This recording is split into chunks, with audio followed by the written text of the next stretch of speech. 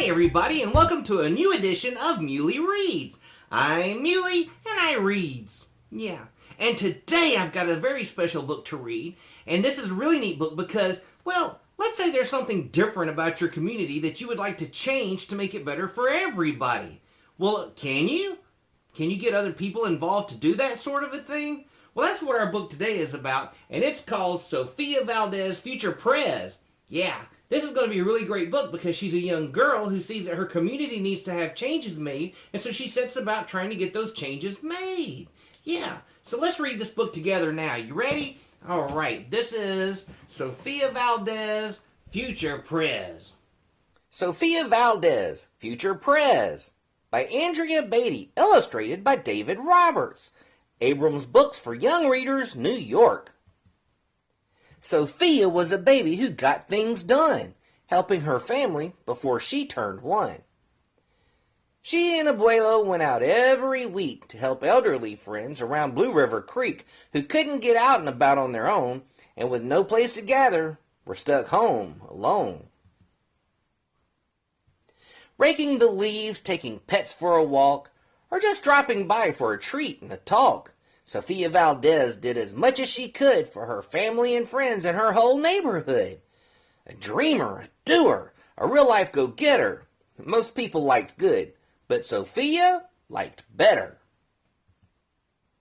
Each morning, Abuelo walked Sophie to class. They walked home again along Blue River Pass, making plans, munching cookies, Abuelo and girl, except for that Tuesday when Pup saw the squirrel. With a howl, Pup took off, racing all through the town, over, under, beneath, all around.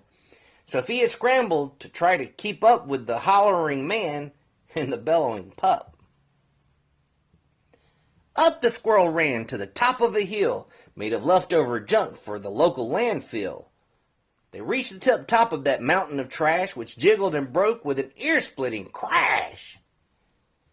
Down they all tumbled and hit with a thud on a moldy old pumpkin surrounded by mud. "Ouch!" cried Abuelo. He struggled to stand.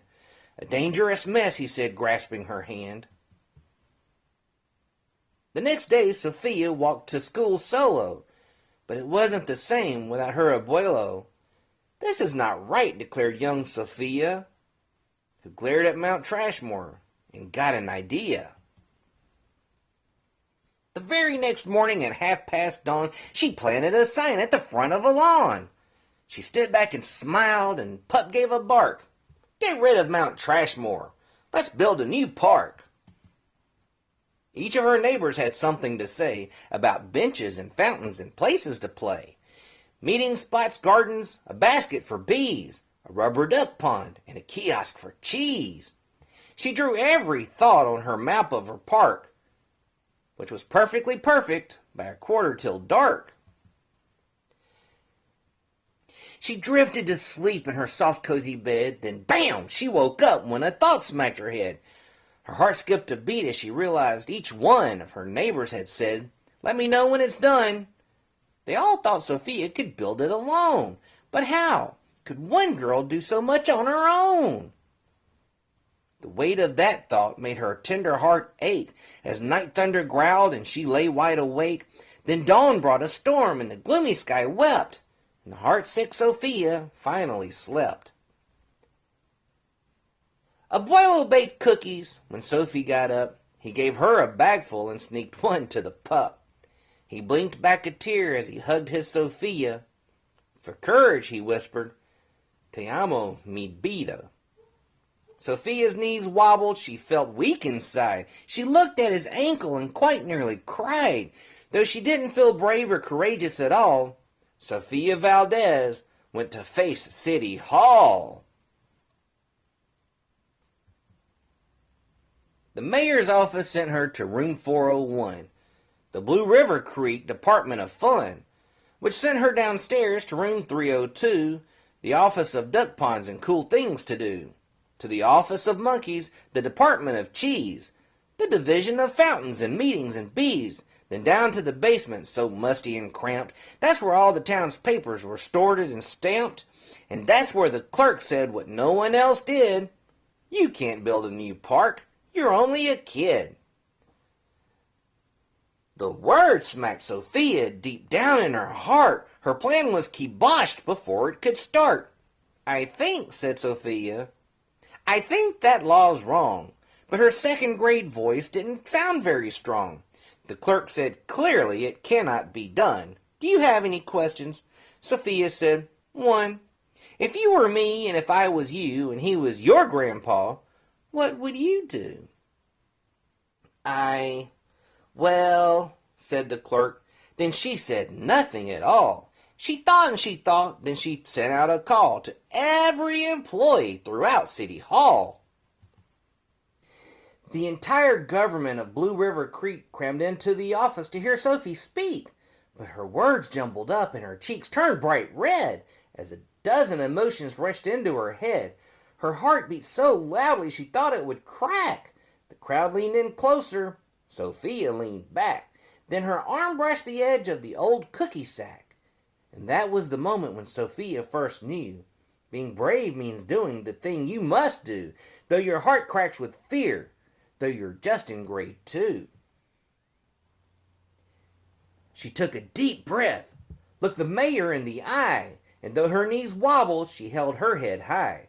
Sofia started talking. She spelled out her plan and why it all mattered and how it began. And once she got rolling, she had lots to say about meeting spots, monkeys, and places to play, and other ideas for things they could do to help the town elders and other folks too.